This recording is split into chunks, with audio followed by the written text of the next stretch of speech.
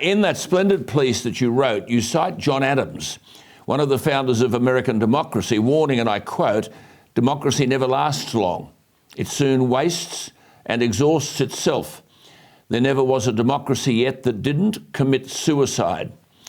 Do democracies fail from within? Yes. And how do we prevent that? Democracies depend not just on having voting booths and periodical elections. They depend upon a culture of restraint, of tolerance of dissent, and a culture which says that it's more important to have a way of deciding issues that will be accepted on both sides than to decide the issues in a particular way. The big problem comes when people say, I care more about getting the, quote, right, unquote, answer to this question than I do about the way we get there. Yet the whole of politics, the whole of the Constitution, is designed to enable us, although we disagree radically on important issues, to live together in society without the systematic application of coercion. And if you abandon politics, you end up with coercion. One of the disturbing points that you made was you argued that democracies have always depended on economic optimism. When, say, the government of Australia runs up $1 trillion of debt, splashing money around, allegedly fighting coronavirus, and this generation and the next are left to pay it off, how can they be economically optimistic if that is a central component for the survival of democracy? Well, that's going to depend on a very large number of other factors that determine how prosperous we and our successors are. Government expenditure may be a negative factor, but it's not the only factor. It may be outweighed by the positives.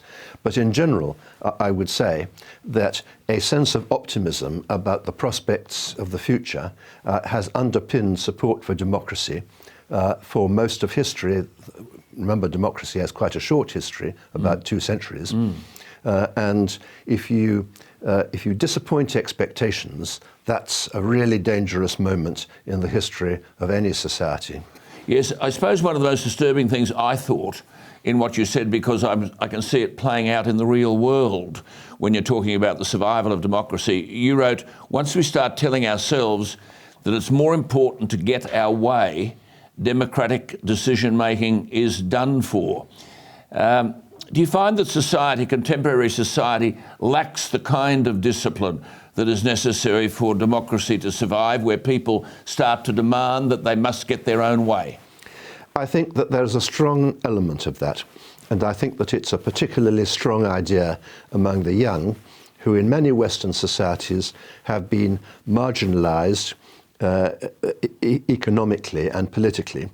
I think we need to address generational injustice, which is an important issue, certainly in the UK and possibly in Australia, because otherwise we're going to get more of this. Just finally, you ask at the end the rhetorical question in a way, will democracy resist these pressures in the next century? You're a very experienced scholar. What is your conclusion? Can democracy resist these pressures? I think probably not.